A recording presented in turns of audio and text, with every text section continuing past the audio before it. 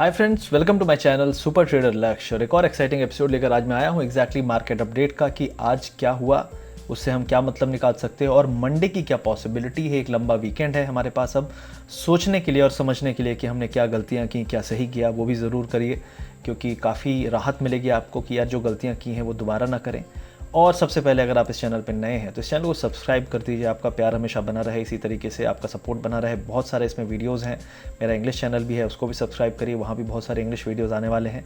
तो डेफिनेटली ये एक सपोर्ट की तरह मेरे लिए काम करता है और मेरा वीडियो डेफिनेटली आपके लिए भी सपोर्ट की तरह काम करता है। तो ये सपोर्ट एक दूसरे का बना रहे और मोटिवेशन भी बना रहे, इसके लिए सब्सक्राइब ज़रूर कर दीजिए। अब हम बात कर लेते हैं मार्केट के बारे में। तो एग्जैक्टली आज अगर आप देखेंगे तो मार्केट तो बहुत ठीक ठाक दिखेगा, लेकिन इसमें ठीक ठाक नहीं है इतना, क्योंकि इन साइड में काफ़ी सेलिंग भी थी और काफ़ी स्टॉक्स जो थे बड़े स्टॉक्स जैसे बैंकिंग में काफ़ी सेलिंग थी। बैंक्स बहुत वीक थे आज। और ये आज का सारांश होगा कि ओवरऑल अगर आप इंडेक्स देखें तो कुछ खास दिखेगा नहीं डैमेज, लेकिन डैमेज धीरे धीरे बैंक्स में स्टार्ट हो रहा है। तो ये सारांश होगा। अगर आप सेक्टोरियल एनालिसिस करेंगे तो फाइनेंशियल सेक्टर जिसने यहाँ तक लाने में मदद की थी, मेटल सेक्टर जो काफ़ी स्ट्रॉन्ग था, इसमें वीकनेस आना स्टार्ट हो गई है। और अगर आप देखेंगे कि जो सेक्टर होल्ड कर रहा है वो मेजरली है एक ही रिलायंस। सबसे ज़्यादा जो स्ट्रॉन्ग सेक्टर है वो था ऑयल एंड गैस और वो काफ़ी होल्ड कर रहा है इंडेक्स को। उसके अलावा कुछ और स्टॉक है तो उसके बारे में हम बात करेंगे। सबसे पहले हम डेली गेनर्स अगर देखेंगे तो डेली गेनर्स जो आप देख सकते हैं यहाँ पे कि भारतीय Airtel, Adani ports, Eicher motor. तो यहाँ पे आप देखेंगे कोई ऐसा नहीं है कि स्पेसिफिक सेक्टर वाइज है, लेकिन हाँ टेलीकॉम में थोड़ा पॉजिटिविटी थी, उसके अलावा ऑटो में पॉजिटिविटी है। और ये एक तरह से पेंटअप डिमांड है और दिवाली के पहले लोग खरीदना चाह रहे हैं। उसका सबसे बड़ा रीज़न ये है कि जो 4 व्हीलर्स हैं, पब्लिक ट्रांसपोर्ट है, उसको लोग अवॉइड कर रहे हैं। तो उसके कारण लोग, कल मैंने बात की अपने एक दो फ्रेंड से जो लोग काम करते हैं डीलरशिप में, तो उन्होंने यही रीज़न दिया कि लोग यही रीज़न देते हैं कि दिक्कत है आने जाने में, पब्लिक ट्रांसपोर्ट में डर लगता है। तो डेफिनेटली अगर ये बढ़ रहे हैं ऑटोमोटिव सेक्टर, तो एक सेक्टर है जो आपकी नज़र में होना चाहिए, वो होना चाहिए रेलवे। क्या रेलवे बढ़ेगा? क्या वो स्टॉक्स जो बड़ी गाड़ियां बनाते हैं जैसे अशोक लेलैंड हो गया, या जो भी बड़े बड़े पार्ट्स बनाते हैं 4 व्हीलर के जो पब्लिक ट्रांसपोर्ट में यूज़ होते हैं, उससे रिलेटेड डेफिनेटली इम्पैक्ट होने वाला होगा। क्योंकि उन्होंने सिंपल बोला, रीज़न यही है कि लोग पब्लिक ट्रांसपोर्ट अवॉइड करना चाहते हैं। तो इसका मतलब ये है कि आपको उन स्टॉक्स में बूस्ट तो दिखेगा, लेकिन जो पब्लिक ट्रांसपोर्ट रिलेटेड है वो डेफिनेटली इतना स्ट्रांग नहीं होंगे। जैसे आप टाटा मोटर्स देखेंगे, टाटा मोटर्स अभी भी 100 के पास पड़ा हुआ है। 120 तब गया था जब मारुति सुजुकी 5500 गया था, लेकिन अभी आप देखिए 100 के पास ही पड़ा हुआ है। तो ये क्यों ऊपर नहीं जा रहा है? क्योंकि जो भी इसकी गाड़ियां हैं ज़्यादातर पब्लिक ट्रांसपोर्ट में, कैब में यूज़ होती हैं, बहुत ज़्यादा यूज़ होती है। मारुति का भी यही हाल है। तो मारुति तो जा रहा है क्योंकि इंडिविजुअल जो भी खरीदना चाहते हैं उसमें मारुति की काफ़ी अच्छी पकड़ है, डोमेस्टिक मार्केट में काफ़ी लोगों का भरोसा है, तो डेफिनेटली वो बाइंग हो रही है। लेकिन पब्लिक ट्रांसपोर्ट और कैब से रिलेटेड, एग्रीगेटर से रिलेटेड जो बाइंग है वो नहीं हो रही है। तो ये एक रीज़न हो सकता है। उसके अलावा आप देखेंगे तो मिक्स्ड है ओवरऑल, बहुत ज़्यादा कोई बड़े स्टॉक ऊपर नहीं गए हैं। इसमें आप TCS देख सकते हैं, एक IT का है, भारतीय एयरटेल एक बड़ा स्टॉक है। उसके अलावा आप रिलायंस देखेंगे जो सबसे बड़ा हैंड होल्डिंग कर रहा है पूरे मार्केट को। एक और पॉइंट मैं रखना चाहता था कि अगर बहुत लोग सोचते हैं कि मार्केट स्ट्रांग है, मार्केट स्ट्रांग है, अगर मार्केट स्ट्रांग है तो बैंक स्ट्रांग क्यों नहीं है? क्या बिना बैंक के निफ्टी यहाँ से ऊपर जा पाएगा, जिसका 40% मार्केट शेयर है निफ्टी में, जिस सेक्टर का, बिना उसके क्या वो निफ्टी यहाँ से ऊपर जा पाएगा? मुझे नहीं लगता जा पाएगा। सिर्फ रिलायंस के दम पे अगर आप देखेंगे करंटली 1787 पे है। और एक और चीज़ मैंने देखी कि ये हर एक दिन में ये डील की अनाउंसमेंट करते हैं। कभी इनके पास ऐसा क्या है, आज एक डील आई, कल एक डील आई, तो ये भी बहुत बड़े एक स्टिमुलस की तरह काम कर रहे हैं और ये भी मार्केट को मैनिपुलेट करने में काफ़ी तरीके से काम कर रहे हैं कि जब भी मार्केट ब्रेकडाउन होने वाला होता है तब इनकी एक डील आ जाती है। तो आप देखेंगे कि पूरा गेम किस तरीके से खेला जा रहा है। और रिलायंस इंडस्ट्रीज इकलौता स्टॉक है जिसने करीब करीब 1200 टू 1500 पॉइंट का वैल्यू ऐड किया है निफ्टी में इस क्रैश के बाद। मतलब अगर बॉटम से देखेंगे, जो रैली आई है आप देख रहे हैं 3000 पॉइंट या जो भी आप उसका कैलकुलेशन लगा रहे हैं, उस 3000 में 1500 पॉइंट सिर्फ रिलायंस है। क्या सिर्फ रिलायंस की इकोनॉमी है? आप ये सोच के देखिएगा, फिर आपको खुद समझ में आ जाएगा। क्या रिलायंस अगर सिर्फ उठा रहा है तो डेफिनेटली कुछ गड़बड़ तो है। अब हम लूजर्स की बात कर लेते हैं यहाँ पे। तो लूजर्स में सबसे ज़्यादा था आपका बैंकिंग सेक्टर। HDFC बैंक जो टॉप बैंक था, काफ़ी दिन से उठ रहा था, इसके बारे में टेक्निकल एनालिसिस करूंगा। इंडसइंड बैंक भी वीक हो रहा है धीरे धीरे, इसमें सेलिंग की चांसेस बन सकते हैं। अगर ये 500 के नीचे 1-2 दिन और सस्टेन हुआ तो यहाँ से बड़ा फॉल 450 तक का आ सकता है। HDFC बैंक भी एक डिप दे सकता है 1045 तक का, अगर ये 1080 के नीचे सस्टेन करता है। तो ये कुछ स्टॉक्स है जहाँ पे सेलिंग आ सकती है। ICICI बैंक भी वीक हो रहा है, ये भी 345 तक का एक डिप मार सकता है। SBI एक डिप मार सकता है 177 176 तक का। तो ये कुछ स्टॉक्स है जहाँ पे सेलिंग की पोजीशन धीरे धीरे लोग बना रहे हैं और स्ट्रक्चर थोड़ा थोड़ा वीक हो रहा है। तो इस पर आपको नज़र रखनी है कि यहाँ पे हमें क्या करना है।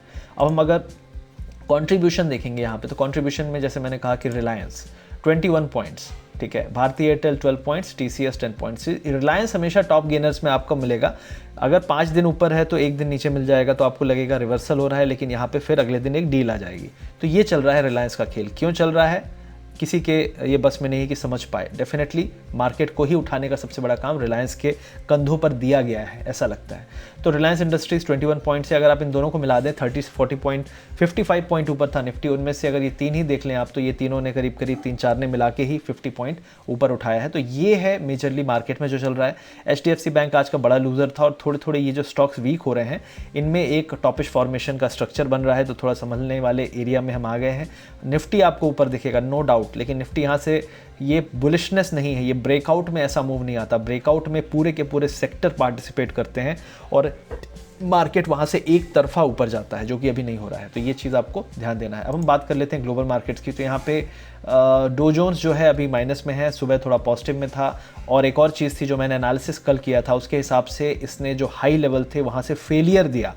अगर आपने मेरा वो वीडियो देखा है तो एक्चुअली मैं अगर देखूं तो मेरा डो जोन्स काफ़ी अच्छा एनालिसिस मेरा मानता है एक तरह से, लेकिन इंडियन मार्केट में just because of Reliance you can not control, आप कंट्रोल नहीं कर सकते रिलायंस का गेम, और मे बी HDFC और HDFC बैंक का जो गेम चल रहा है इस समय पिछले एक हफ्ते से, तो उसको कंट्रोल करना मुश्किल है। तो US मार्केट काफ़ी सिस्टमैटिक वे में काम कर रहा है और अभी टॉपिश फॉर्मेशन दे रहा है, उसका साइन भी है। कल हाई से ऑलमोस्ट 320 पॉइंट्स, हाई से 300 पॉइंट से ज़्यादा गिरा था ये कल। तो वहाँ से एक स्ट्रक्चर बना रहा है, ये वीक होता जा रहा है। तो अगर हम उसका एनालिसिस करें यहाँ पे, तो आप देखेंगे कि ये जो कंजेशन जोन है इसमें अब हम फिर से एक बार ब्रेक डाउन कर रहे हैं। यहाँ पे फिर से इसने ये जो ट्रेंड चल रहा था इसको तोड़ा है, और इसके बाद एक इंपॉर्टेंट लेवल है आज के लिए 25,500। तो 25,500 अगर आज ये तोड़ देता है तो ये मान लेंगे हम ये जो अप ट्रेंड फिर से चालू हुआ था ये भी फेक अप ट्रेंड था, क्योंकि इतने बड़े डिप के बाद एक ये अपसाइड था और ये अपसाइड अब खत्म हो रहा है। तो उसके बाद हमारा जो अगला टारगेट बनता है वो बनेगा 25,000 के आसपास। तो ये जो है पॉसिबिलिटी अब बनती हुई दिख रही है, और यहाँ से कभी भी बड़ा फॉल आ सकता है। केसेस रिकॉर्ड पे चल रहे हैं वर्ल्ड वाइड और US में, और इसका जो मार्केट है कब तक इग्नोर करेगा, ये सबसे बड़ा पॉइंट है। ट्रंप के आप ट्वीट्स आज भी देखेंगे, नैस्डैक रिकॉर्ड पे है, तो वो बहुत ज़्यादा खुश है और बहुत ज़्यादा फोकस्ड है कि मार्केट को उठा के रखना है। और सिर्फ ट्रंप के दम पे अगर बुल्स भरोसा कर रहे हैं तो फिर उनका नॉलेज वेस्ट है। तो डेफिनेटली आपको थोड़ा सा देखना पड़ेगा कि ट्रंप भी एक समय तक ही मार्केट को मैनेज कर सकता है, अदरवाइज ये मार्केट जो है आउट ऑफ कंट्रोल हो जाएगा, और जब गिरेगा तो ट्रंप भी मैनेज नहीं कर पाएगा। क्योंकि एक कोई मार्केट है अगर फंडामेंटल से बहुत दूर चला गया है तो फंडामेंटल को कैचअप करना पड़ेगा, और वो चीज़ आप देख सकते हैं यहाँ पे। तो इसका इंपॉर्टेंट लेवल याद रखिए, और यहाँ से एक बड़े फॉल की तैयारी हो सकती है, क्योंकि ये एक ब्रेकआउट जैसा, ब्रेकडाउन जैसा दिख रहा है यहाँ पे। तो ये हो गया आपका डो जोन्स के बारे में। अब हम बात कर लेते हैं कुछ स्टॉक्स के बारे में। तो मैंने एनालिसिस किया ICICI बैंक। अब ICICI बैंक जो था सबसे स्ट्रॉन्ग स्टॉक होना चाहिए था, यहाँ से इसको पार्टिसिपेट बहुत तरीके से करना चाहिए था। लेकिन अभी क्या हो रहा है कि जो इसका पहले अप ट्रेंड था वो काफ़ी स्ट्रॉन्ग अप मूव था, इस डायरेक्शन में था, आप देख सकते हैं कर्सर को, इस डायरेक्शन में था। अभी इसका जो अप मूव है वो भी फ्लैट होता जा रहा है, और इस बार इसने हाई को भी टच नहीं किया है, 380 के लेवल के आसपास भी नहीं गया है। तो ये एक थोड़ी बेयरिश साइन सा बन रहा है, और हो सकता है यहाँ से एक डिप आए, और जो डिप है 345 लेवल तक का डिप आ सकता है। तो इसमें एक थोड़ी सी नेगेटिव मूव की पॉसिबिलिटी बनती है, तो इसको आप ज़रा देख के रखिएगा। अब जो अगला स्टॉक है जिसकी हम बात करेंगे वो है HDFC बैंक। तो HDFC बैंक में आप देख सकते हैं कि एग्जैक्टली हम रेजिस्टेंस पे गए, ठीक है, वहाँ से हमने फिर से थोड़ा सा डिप दिया है, ये डिप है। लेकिन डेफिनेटली अगर इस सपोर्ट एरिया को कहीं भी ब्रेक किया तो डेफिनेटली यहाँ से फॉल आने की उम्मीद है। स्ट्रेंथ जो है इस अपसाइड मूव की धीरे धीरे कमज़ोर होती जा रही है, तो इस पर आपको नज़र रखनी है कि ये बहुत ज़्यादा कमज़ोर हुआ तो ब्रेक डाउन के चांसेस यहाँ भी बन जाएंगे। अगर अपसाइड में इसने ब्रेक करना है तो 1100 के ऊपर निकलना पड़ेगा अगले 1-2 दिन के अंदर, क्योंकि अब देखिए ये जो अप ट्रेंड है इसने काफ़ी टाइम लिया है। कोई भी अप ट्रेंड बहुत देर तक इतना स्लो नहीं चल सकता, उसे ब्रेकआउट देना ही पड़ेगा। और अगर ब्रेकआउट नहीं दे रहा है तो हो सकता है ब्रेकआउट ना हो पा रहा हो, और डेफिनेटली एक करेक्शन इसमें बाकी हो, क्योंकि ऑलरेडी अगर आप देखेंगे लोअर लेवल से तो 830 लेवल से ऑलरेडी पहली रैली आ चुकी है 1060, और दूसरी रैली जो है 929 से ऑलरेडी 1100 तक आ चुकी है। तो 929 से जो 1100 की रैली है ये भी काफ़ी बड़ी रैली थी, ऑलमोस्ट 20% की रैली। अब 20% के बाद अगर 5% का करेक्शन भी हो जाएगा तो ये डिसेंट करेक्शन कहा जाएगा, और 5% अगर HDFC बैंक गिरता है तो कम से कम यहाँ तक आपको 1040-50 के आसपास हम पहुँच सकते हैं। तो ये एक चीज़ आपको थोड़ा देख के रखना पड़ेगा यहाँ पे कि HDFC बैंक बहुत इंपॉर्टेंट सपोर्ट लेवल के पास है। अगर ये गिरना चालू हो जाए मंडे को भी तो डेफिनेटली इसका फॉल कम से कम 1020 तक आ सकता है, तो इस पर आपको थोड़ा नज़र रखना है।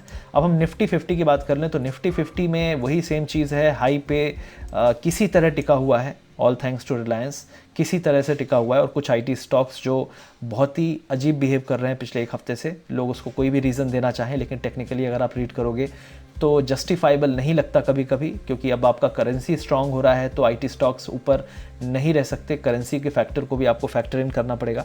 तो ओवरऑल निफ्टी इसी लेवल पे है, 10,600 के पास है। अगर ये 600 लेवल पे सर्वाइव कर रहा है तो हो सकता है एक और अटेम्प्ट मारे, लेकिन किसी भी केस में अगर ये किसी भी दिन निगेटिव होता है तो इसका जो सपोर्ट मिलेगा वो मिलेगा सीधे 10,450, मतलब 150 पॉइंट का फॉल आएगा। 150 पॉइंट के फॉल के लिए आप तैयार हैं क्या? और अगर ये ब्रेकडाउन ही करने वाला है तो ये भी इसको भी ब्रेक करेगा। तो पहली चीज़ है, एक डिसेंट करेक्शन भी 150 पॉइंट का यहाँ से होगा, और अगर एक बड़ा फॉल आया तो 150 पॉइंट का नहीं आएगा, वो सीधे यहाँ से ब्रेक डाउन करेगा। कितना बड़ा कैंडल बनेगा हमें नहीं पता। अगर पुराने कैंडल्स आप भूल गए हैं तो आप एक बार पूरा चार्ट देख सकते हैं किस टाइप के कैंडल्स हम बनाया करते थे। तो कैंडल्स जो है पुराने देख के आपको थोड़ी याद ताज़ा हो जाए और आप थोड़ा रिस्क मैनेज करना सीख जाएँ तो बेटर होगा। अब हम बैंक निफ्टी की बात कर लेते हैं। तो कितना भी हम अपसाइड दिखा रहे हैं निफ्टी में, लेकिन बैंक निफ्टी अपने उसी हाई पे जाके फिर से वीकनेस दिखा रहा है, स्ट्रेंथ भी कमज़ोर हो रही है और सपोर्ट पे है। तो एग्जैक्टली अगर यहाँ से ब्रेकडाउन का प्लान है बड़े लोगों का, जो भी गेम खेलते हैं, ये जो भी पूरे दिन US फ्यूचर्स को नचाते हैं, फिर इंडिया के मार्केट को भी उसी बेस पे नचाते हैं, तो उनको पता है कि क्या करना है।